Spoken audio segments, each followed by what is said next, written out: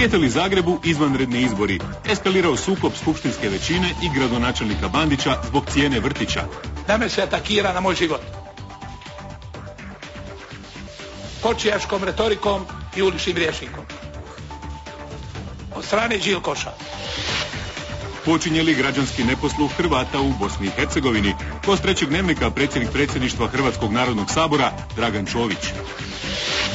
Ima li pilota u avionu? Hoće li zrakoplovi Croatia Airlinesa ostati prizemljeni zbog štrajka uoči početka turističke sezone? Kamo je nestao prvi hrvatski predsjednik? Zašto na internetskim stranicama Ureda predsjednika nigdje nema Franje Tuđmana? Poštovani gledatelji, dobar vam večer. Zakon o hrvatskim braniteljima trebao bi postati ustavni zakon, nakon što je taj prijedlog vlada s današnje sjednice uputila u saborsku proceduru. Time otupljuje oštricu braniteljskog revolta zbog haške presude generalima Gotovini i Markaču i istodobno osigurava da nitko tko u budućnosti ne bude imao dvotrećinsku većinu u Saboru neće moći smanjivati prava hrvatskih branitelja. Vlada je odlučila, Zakon o hrvatskim braniteljima treba podignuti na ustavnu razinu. Vjeruje da će se time dosljednije provoditi. Zato što i danas u postojećem Zakonu o pravima hrvatskih branitelja ima nekih odredbi koje se, na primjer, odnose, istaknut ću primjer, na zapošljavanje, na primjer djece poginulih hrvatskih branitelja, zatočenih i nestalih, koja se uvijek ne poštuje.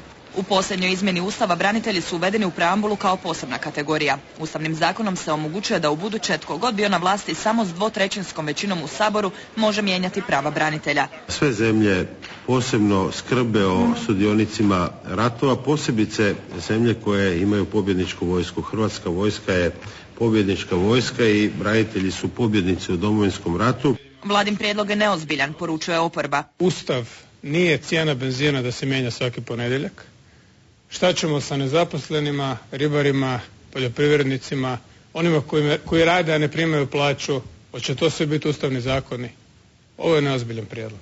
Braniteljske udruge prijedlog načelno podržavaju. Međutim, u ovome trenutku držimo da je prioritet svih prioriteta pobijanje presude u Hagu koja je izrečena našim generalima.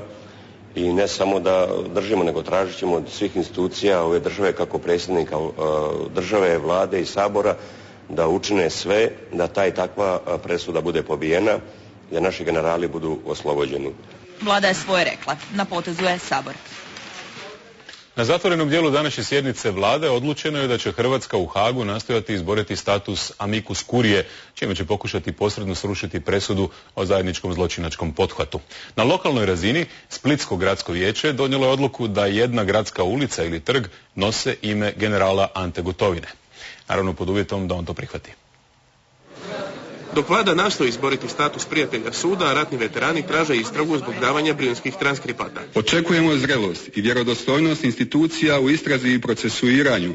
Svi oni koji su prekršili Ustavni zakon Republike Hrvatske o suradnji sa Haškim sudom, te su neovlašteno mimo vladina ureda za suradnju dilali dokumentima iz ureda predsjednika. Nekadašnji zapovjednik brigade i prijatelj Ante Gotovine ne zna odnosi li se to na Stipu Mesića, no za njega je nacionalna sigurnost ispred svega. Ako neko nešto nezakonito radi, onda je nezakonito radio, bez obzira kako se zove. Istrage pokreće DORH, a ne predsjednik, no i on je nešto načuo o cijelom slučaju. Onome što ja znam, suradnja išla preko ureda za suradnju, prema tome takav je vjerojatno, takva će biti odluka nadležnih tijela. Bivši predsjednik Mesić, kojeg su ovih dana neki izravno optuživali za neovlaštenu dostavu transkripata, napokon se vratio iz Kine. Iako javnost želi čuti što ima reći o ovoj temi, za sad zaobilazi medije. Izjave ne želi davati ni odvjetnik generala Gotovine Luka Mišetić do podnošenja žalbe na prvostupanjsku presudu 16. svibnja. U međuvremenu se javnost pita hoće li ovo utjecati na tužbu protiv Srbije za genocid.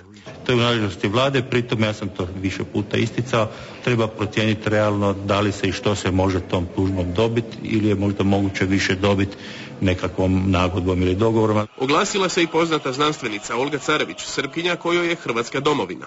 Njezin pokojni sin bio je hrvatski branitelj. Ne bi mogla zamisliti da su naši branitelji išli u rat samo zato, ne da oslobode svoju zemlju i svoju domovinu, nego da su otišli zato da bi ubijali ljude i palili. To je došlo poslije, nešto je bilo naravno i za vrijeme, ali je došlo poslije Oluje i smatram da se tako nešto ne bi smjelo nazvati zločinačkom organizacijom. Burno je bilo na sjednici Splitskog gradskog vijeća. Iako je većina zastupnika poduprla inicijativu HSP-a da se po Gotovini nazove jedan splitski trg ili ulica, svađa je nastala oko toga tko će si prisvojiti zasluge za tu inicijativu. Nastavlja se rad Zagrebačke gradske skupštine i gradonačelnika Milana Bandića zbog cijene vrtića. Na pitanje sa skupštinske govornice o tome koliko se nakrao u posljednjih 11 godina, Bandić danas ponavlja da će zadovoljštinu potražiti na sudu zbog, kako kaže, kočijaške retorike od strane Đilkoša koje je sam stvorio. Očekivano, gradonačelnik ne odustaje od svog prijedloga za koji kaže da je najpravedniji. Kao dokaz tu su, kaže, analize. Doduše samo na 2 zagrebačka vrtića. 60% roditelja će plaćati manje. Samo 3% roditelja će plaćati najviše. 15% roditelja će plaćati isto. Zašto se po toj logici uopće išlo puniti gradski proračun uvođenjem dohodovnog cenzusa ostaje nejasno, no razjasnio je zato Bandić zašto ga se napada. Riječ je ovdje samo zato što sam ja to predložio. Ta netrpeljivost, prezir i mržnja isijava iz očiju do jučerašnjih mojih prijatelja, koje sam ja, by the way, stvorio i stvarao. To je živa istina. Na me se atakira na moj život.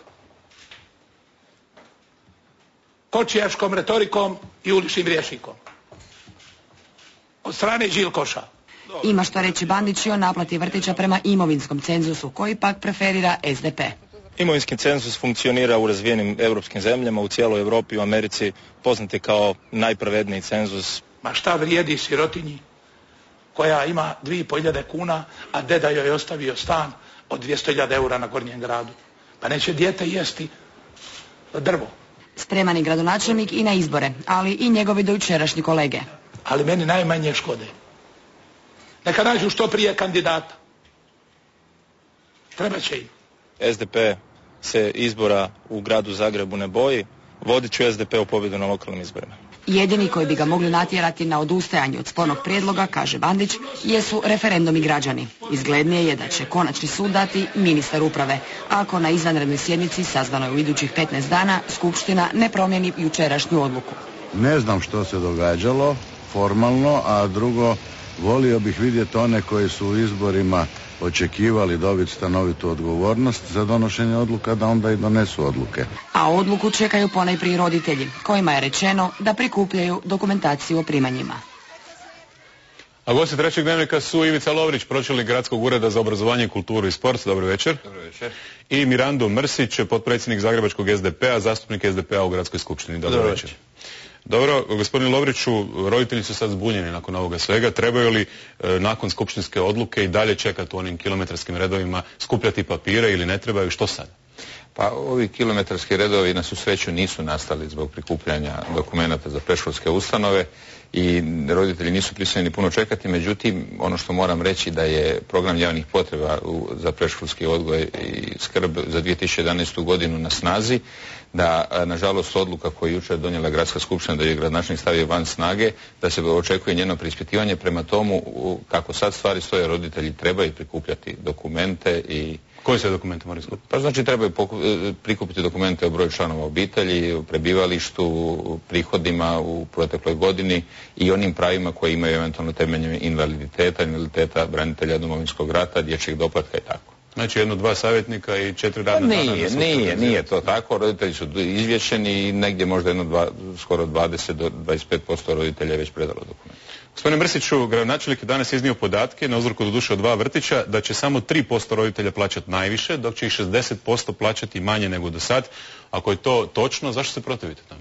Pa prvo, gradonačelniku Bandiću očito matematika ne ide baš dobro, mu fali 22%, da tih 22% ne znamo kako će plaćati.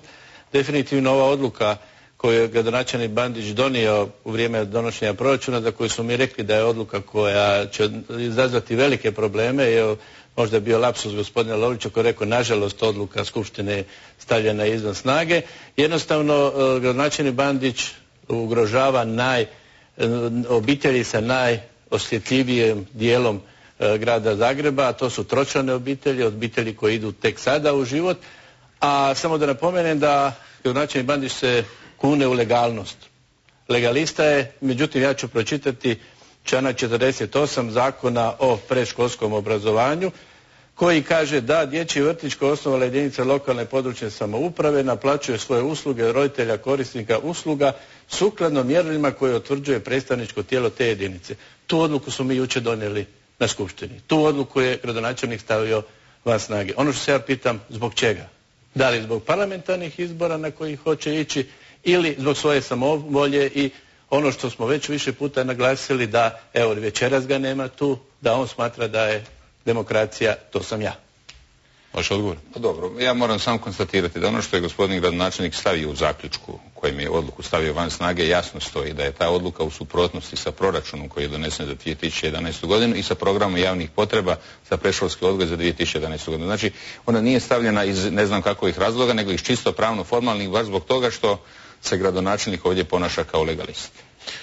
Dobro, zašto je gradonačelnik protiv imovinskog cenzusa u određivanju cijene vrtića, a zauzima se za dohodovni cenzus? Vidite, zato što OIB u Republici Hrvatskoj ne funkcionira i jednostavno je nemoguće prema imovinskom cenzusu.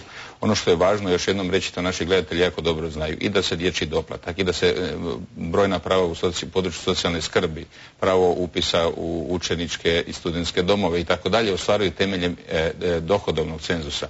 Kad govorimo i o Europi, spomenuta je večeras u Republici Sloveniji, koja je članica Europske unije, također se ista prava ostvaruju temeljem dohodovnog cenzusa, jer i kod njih nije imovinski profunkcionirao. Prema tome, to je jedino što se može i što se desetljećima primjenjuje u Republici Hrvatskoj. Sasvim bi sigurno bilo pravičnije kad bi profunkcionirao OIB i kad bi se mogao imovinski cenzus primjenjivati, međutim, nažalost, znamo da on još sigurno jedno vrijeme u Hrvatskoj neće biti primijenjen. Gospodine Mrsiću, bojite li se lokalnih izbora u gradu Zagrebu? Nedavno smo objavili jedno istraživanje po kome doduše ogromna većina građana se nije izjasnila ili neće izaći na izbore, međutim oni koji su se izjasnili ispada da je gradonačelnik Bandić kao osoba koji treći po redu. Je li to, kaže da njemu u stvari izbori u ovom trenutku idu na ruku? Pa samo da se nadoveže na gospodina Lovrića, ovo nije dohodovni cenzus, ovo je poluprihodovni cenzus. Iz ovog cenzusa se isključili i rodiljne naknade i alimentacije. A šta se dešava kada neko izgubi posao, a ima prosjek plaće prošle godine, kako će mu se umanjiti? Ova odluka stvara jednostavno jednu pravnu nesigurnost i to je razlog zašto smo mi željeli da se to izbjegne, da ostane odluka na snazi od prošle godine, da sjednemo zajedno sa stol. Mi smo pokušali mirenje, bili smo nas dva na sastanku, međutim, nažalost, gradonačelnik nije došao na sastanak, ne želi da se dogovorimo. Htjeli smo da sjednemo za stol. Što onda, želi izbore? Hoće li biti izbore? Pa već je na par navrata napomenuo da želi izbore, ali da ne želi izbore. Mislim da o tome da li će biti izbori ili neće izbori biti za gradonačelnika odlučuje između ostalog sam gradonačelnik koji može dati ostavku ako hoće, i skupština grada i građani koji eventualno... Što vi mislite, hoće li biti izbori? Ja mislim da će biti izbori, samo je pitanje vremena kada. Dobro, hoće li biti prijevremeni i lokalni izbori u gradu Zagrebu? Za sada ne. Gospodo, hvala vam lijepo na gostovanju u Trećem dnevniku. Hvala lijepo i vam.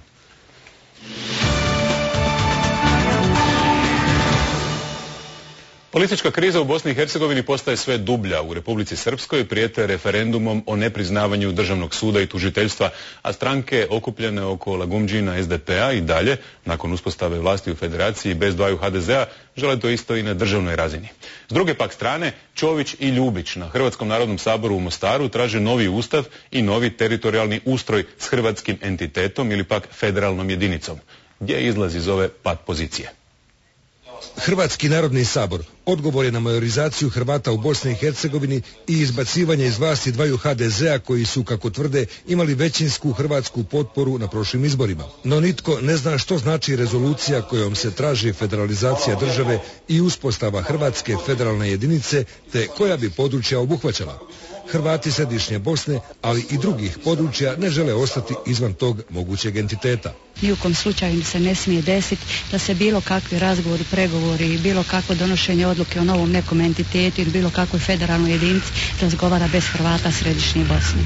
Nakon teških ratnih stradanja Hrvati središnje Bosne doživjeli su snažan gospodarski uspon. Kažu, to im je jedino jamstvo opstanka na ovim područjima. Danas ipak sa zebnjom gledaju na rasplet bosansko-hercegovačke političke drame. Mi ovdje imamo i određeni strah od zahtjeva za, opet kažem kako ko, ali ja vjerujem da velika većina naroda ima strah Hrvata, ima strah kada je u pitanju treći entitet. Bojimo se šta je to treći entitet.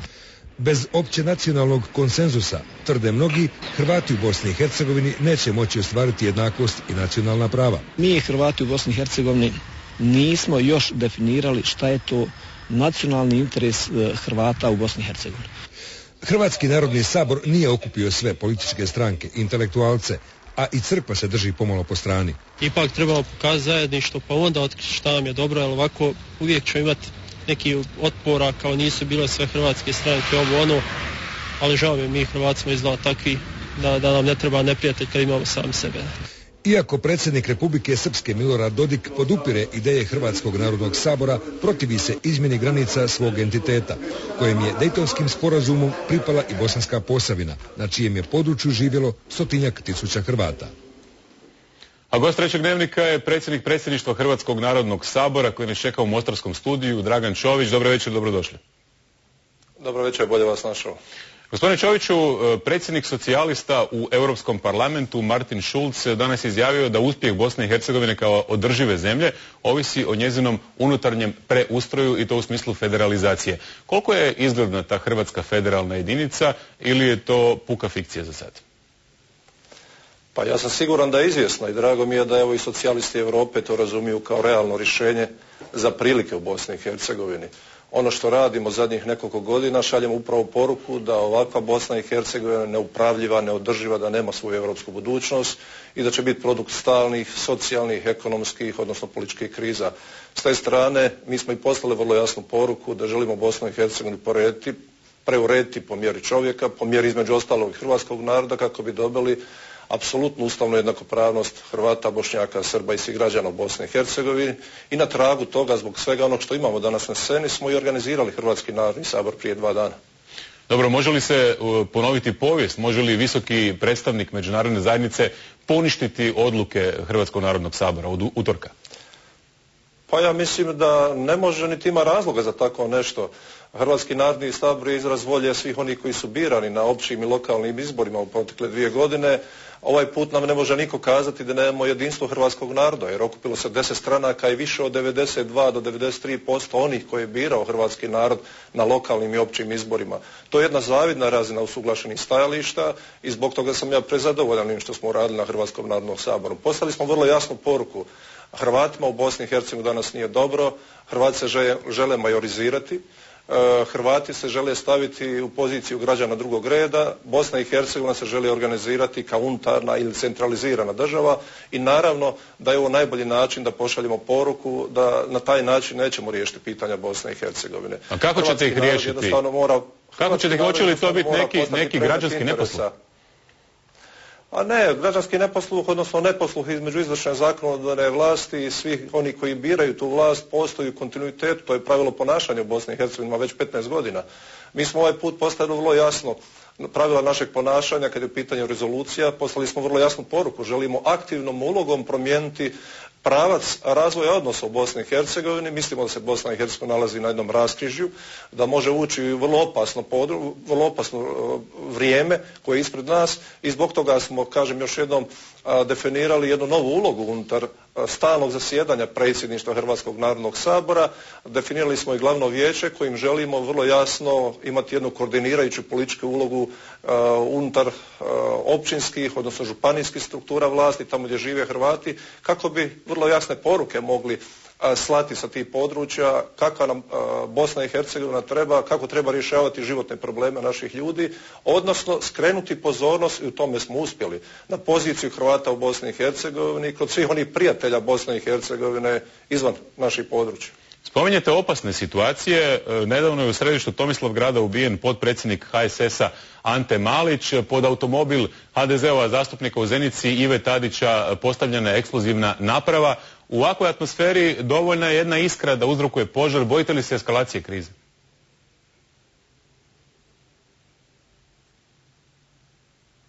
Gospodine Čoviću, čujete li me? Imamo neki tehničkih problema u kontaktu s Mostarom. Nažalost, veza je se prekinula sa vama, tako da vas ja dalje ne čujem. Zahvaljujem gospodinu Čoviću na ovom uključenju iz Mostara. Mi idemo korak dalje.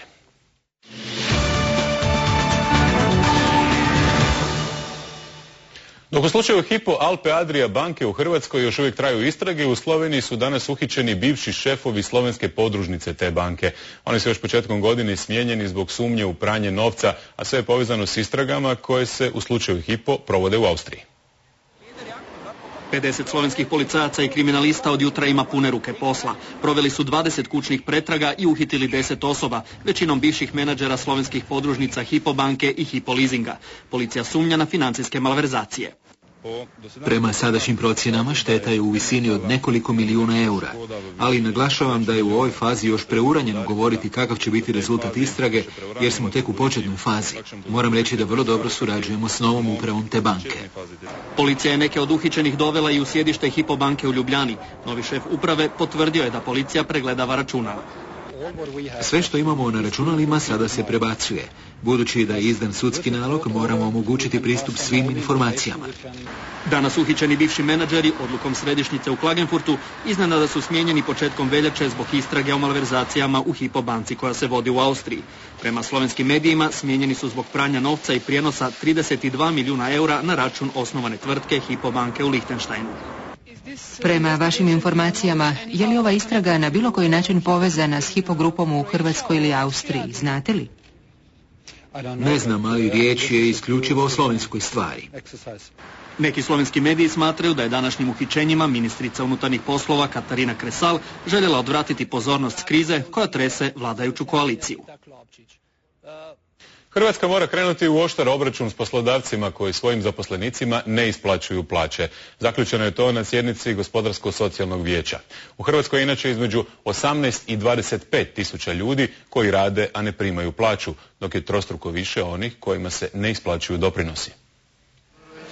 Nakon puna 4 sata vijećanja, čelnici GSV-a pojavili su se pred novinarima, dijagnosticirali su stanje koje nije dobro. Evidentno je kako se mnogi poslodavci ne drže zakonskih odredbi u smislu redovite isplate plaća, a posebice neplaćanja doprinosa, te kako radnici ne koriste novo pravo kroz Ovršni zakon u smislu prisilne naplate. Problem rada bez plaće nije od jučer. GSV predlaže da se poduzetnicima omogući rok od 90 dana u kojima bi riješili svoje obveze. Ako to ne učine, traže sankcije. Slažemo se svi oko toga da jedan radnik ako radi, a ne prima plaću, da to nije dobro i da se to treba suzbiti. Suzbiti treba i mogućnost da poduzetnici otvaraju nove tvrtke ako u postojećima imaju dug prema zaposlenicima, dobavljačima ili državi. Inzistiraju i na ubrzanom postupku stečaja za oko 10.000 tvrtki koje nemaju zaposlenike, ali imaju dug. I sindikati sigurno neće dopustiti da ovo što je danas dogovoreno ostane mrtvo slovo na papiru i da ponovno ove probleme nastavimo rješavati daljnjih 20 godina. Ne, mi želimo riješiti sada. U GSV-u se nadaju da će ove mjere pomoći rješavanju nelikvidnosti, koja trenutačno iznosi čak 39 milijardi kuna i dalje raste. Hoće li zrakoplovi Croatia Airlinesa biti prizemljeni uoči početka turističke sezone? Sindikati su u pregovorima s upravom kompanije o novom kolektivnom ugovoru najavili štrajk pilota ako se ne prihvate njihovi zahtjevi. Štrajk kabinskog osoblja Croatia Airlinesa lani u srpnju urodio je potpisivanjem kolektivnog ugovora, no on je početkom ove godine istekao, a pregovori o novom nisu uspjeli. Najavljen je novi štrajk. Ovoga puta stjuardesama bi se pridružili piloti, mehaničari, inženjeri i administrativno osoblje. Radimo puno radno vrijeme za pola plaće, tvrde u sindikatu. Pravo na stanku, pravo na hitan prekovremeni rad. Sve što imaju svi drugi radnici u Republici Hrvatskoj je zagarantirano Zakonom o radu. Na nas se u Croatia Airlines, nažalost, taj Zakon o radu ne primjenjuje. Iz uprave Croatia Airlinesa poručuju: ne želimo polemizirati putem medija. Smatramo da je u ovom trenutku potrebno učiniti sve kako bi se izbjeglo ponavljanje prošlogodišnjeg scenarija, prema kojem je Croatia Airlines zbog sindikalne akcije, koja je ciljano organizirana u periodu bolje popunjenosti zrakoplova, pretrpjela znatne gubitke. Za postizanje dogovora ostalo je još 10 dana. U suprotnom, 6 sindikata najavljuje generalni štrajk. A gost trećeg dnevnika je Vedran Sović, potpredsjednik Hrvatskog sindikata prometnih pilota, ujedno i zastupnik koordinacije sindikata. Dobro večer, dobro večer, hvala vam na pozivu. Gospodine Soviću, što konkretno tražite od uprave? Je li taj štrajk uoči turističke sezone, dakle koliko, za 20 dana izgledan? Konkretno tražimo od naše uprave da konačno počne prihvatiti sindikate kao ravnopravne partnere i da se dogovorimo oko kolektivnog ugovora, jer je naš najveći problem što kolektivnog ugovora nema i naša uprava jednostranim aktima regulira naše prava. Trenutno na gore. To je naš najveći problem i to tražimo od uprave. A sad da li je štrajk izgledan, mi smo kao mogući datum štrajka najavili 13.5. i radit će se o generalnom štrajku svih sindikata Croatia Airlines, naravno ukoliko do njega dođe. Mi se možemo do tog vremena i dogovoriti bez problema. Ja sam zvao ovdje predstavnike i uprave Croatia Airlinesa, nisu se odazvali, kažu neće dok traju pregovori. Međutim, je li istina informacija da tražite godišnji odmor u bloku od 14 dana u srcu turističke sezone kad u stvari kompanije zarađuju najviše novca? Blok od 14 dana je pilotima bio garantiran još od kad se Croatia Airlines zvala za GAL i nikad nije bilo problema sa tih 14 dana i uvijek se odradilo i nikad nije bilo manjka pilota i uopće nije nikad postavljen kao sporan tih naših 14 dana između svibnja i konkurenti koji danas lete u sezoni, ne znam, Germanwings, EasyJet, to nemaju, je li tako? Ne, oni imaju više od nas. Više imaju od nas? Da. Je li točan podatak da vam je norma 70 sati mjesečno? Koliko je to? 3 sata? Pazite, radi se ne o 70 radnih sati, nego o 70 sati letenja. Na primjer, danas je jedan moj tipičan dan na kojem sam bio 5,5 radnih sati. Znači 5,5 sati sam bio na poslu i na dužnosti, međutim od tih 5,5 sati sam svega sati 50 proveo u letu. I na to se odnosi tih 70 sati.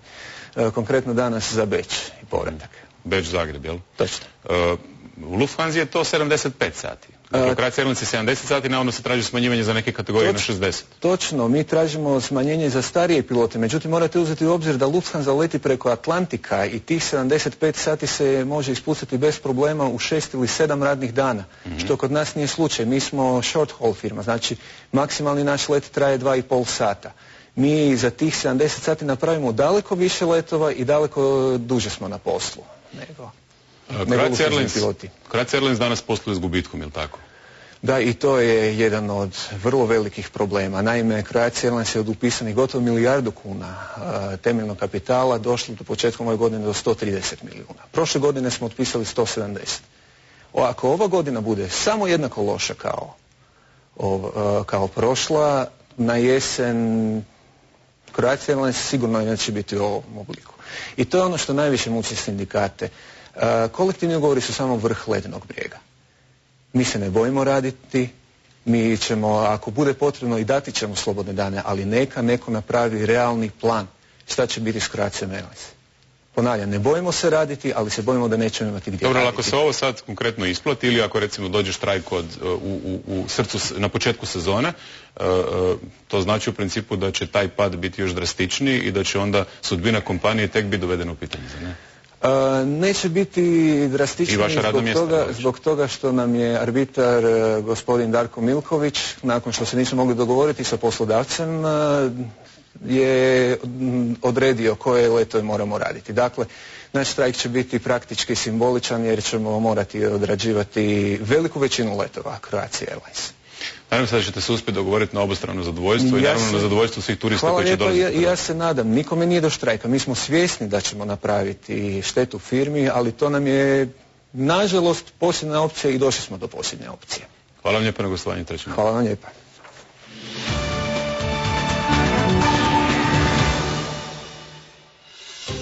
Vlasnik Diokija, Robert Ježić, izašao je iz zatvora u Remetincu nakon 4,5 mjeseca. Odluku je donio sudac istrage na prijedlog USKOK-a jer su ispitani svi svjedoci i ne postoji opasnost utjecanja na njih. Protiv Ježića se vodi istraga zbog sumnje u malverzacije cijenama struje, ali i poticanja Sanadera na zlouporabu tešku 10 milijuna eura na štetu JANAF-a.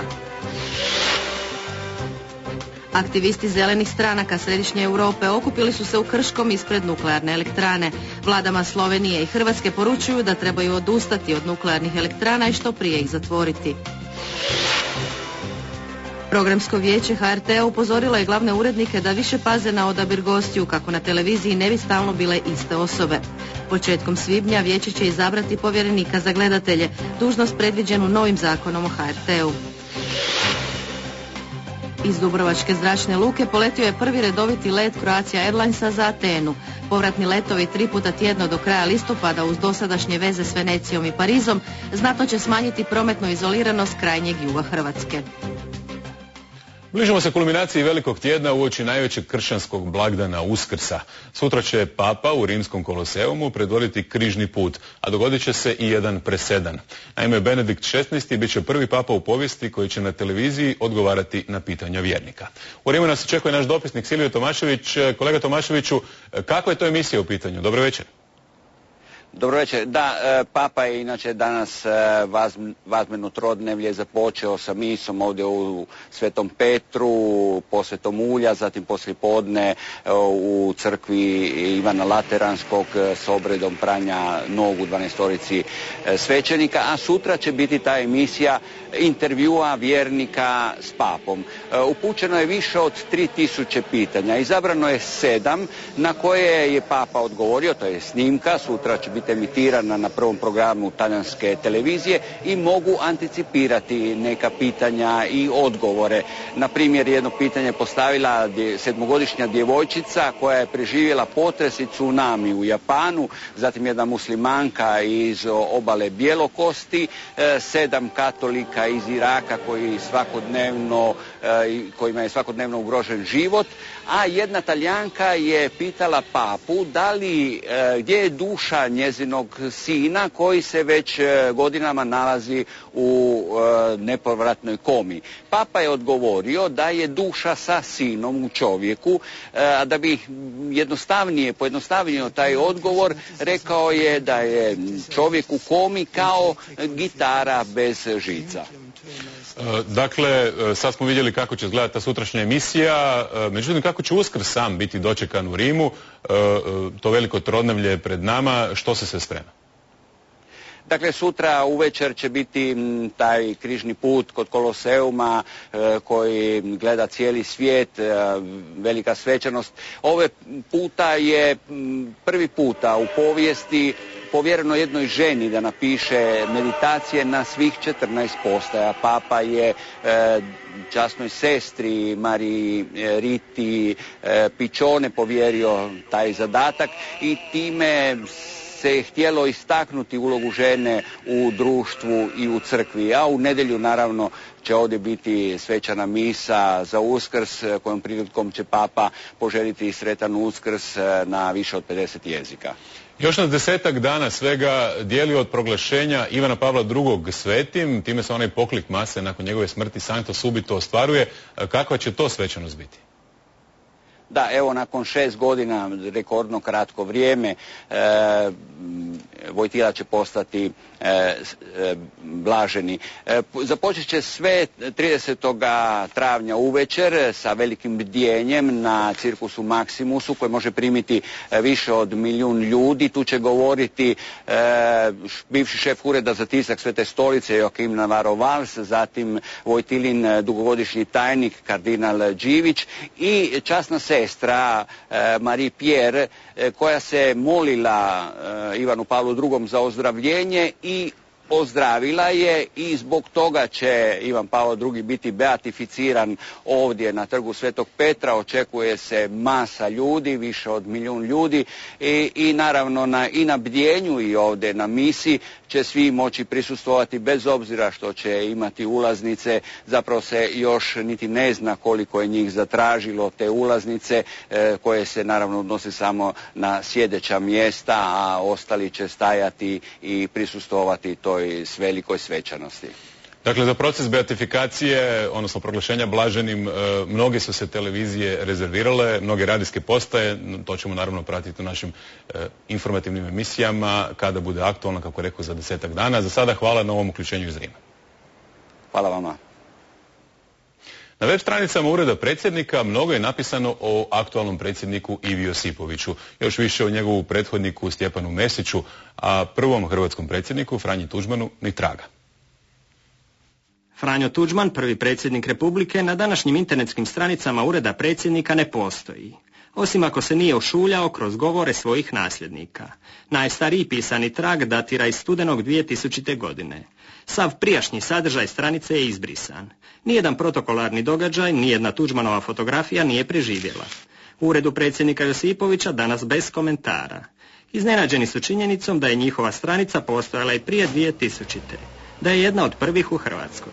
Ako se neko sjeća vrijeme pregovora 95. godine, pa i 96. oko mirne reintegracije, to je sve izlazilo na internet i još kruži priče po uredu predsjednika kada sretnemo svoje bivše zaposlenike, ovim prilikom ih pozdravljam, onda su uvijek govorili da je Vinković vikao izvolite, ovo je tekst predsjednikova govora, izvolite ga za 5 sekundi postaviti prije nego što počne govoriti. Za Pantovčak postoji bivši predsjednik, nisu dvojica, samo je jedan, Stipe Mesić, sa svim dokumentima i fotografijama iz 2 mandata. Nezgodno dizajnersko rješenje slabije upućenog posjetitelja će zbuniti. Nije nimalo jasno tko je od dvojice predsjednika uopće aktualan. Može li Tuđman ponovno biti aktualan? Je li izbrisani sadržaj sačuvan?